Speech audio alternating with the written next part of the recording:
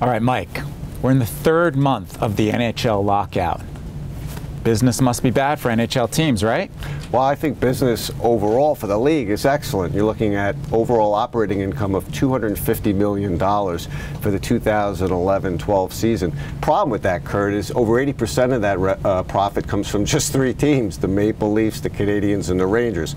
So you really have this huge separation. If you go back and you look at the last CBA, over the last 7 seasons, you've had a different Stanley Cup winner every year.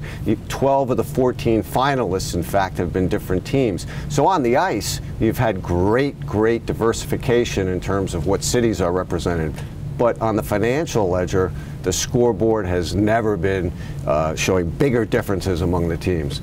What's driving the increase in values and the huge profitability of the teams at the top? Well, TV deals and ticket prices. I mean, if you look at the Maple Leafs, what they get from local TV, really high ticket prices. Same thing for the Canadiens.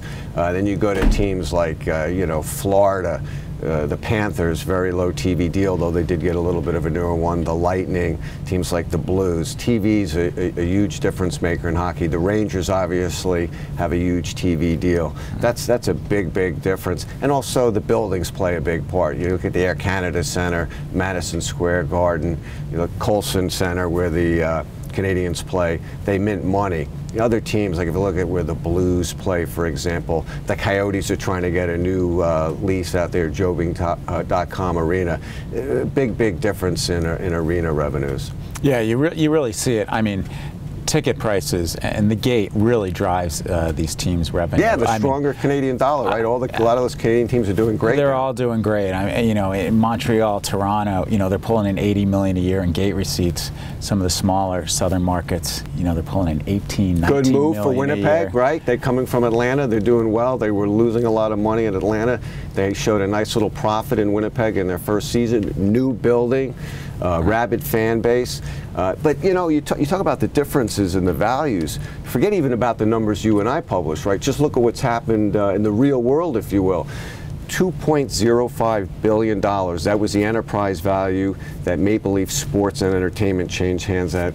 The Maple Leafs got to allot at least $1 billion of that to them. On the other hand, you go to the Blues, right? Stillman picks them up for $120 million, maybe $130 million if he meets certain profit levels. So in the real world, you even see a greater separation of values. So who's really struggling right now in the NHL? You got to say Columbus.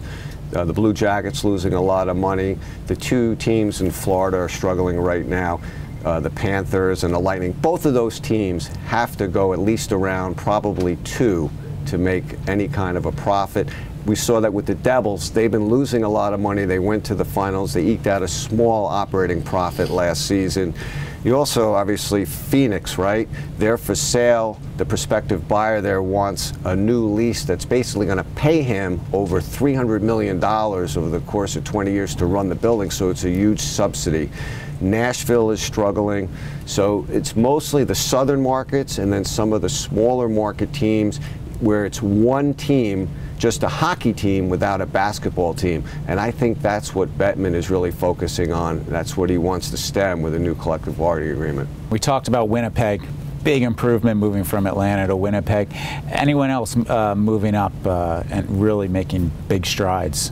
Well, aside from the Devils that we talked about doing better there, I think one of the things we've seen, Calgary and Edmonton, smaller market Canadian teams, high ticket prices. As the Canadian dollar has gotten stronger, that's also helped them.